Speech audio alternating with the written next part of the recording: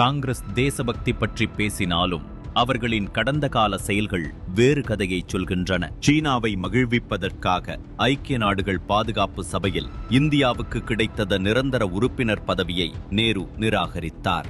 இந்திய எல்லைக்குள் அக்சாய் சின் சாலை அமைக்கப்படுவது குறித்த உளவுத்துறை எச்சரிக்கைகளை அவர் 5 ஆண்டுகள் கண்டுகொள்ளவில்லை.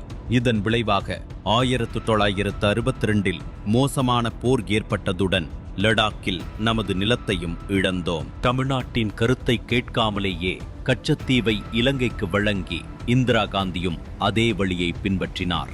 1971 போரில் வென்ற பிறகு கைப்பற்றப்பட்ட 5000 சதுர மைல் நிலத்தையும் 93,000 பாகிஸ்தான் வீரர்களையும் திருப்பிக் கொடுத்த அவர் நமது 54 போர் கைதிகளை மட்டும் மீட்கவில்லை. அவர்கள் இந்தியாவின் நிலத்தை எதிர்பாராத விதமாக இழக்கவில்லை, மாறாக திட்டமிட்டே மற்றவர்களுக்கு விட்டுக் கொடுத்தார்கள்.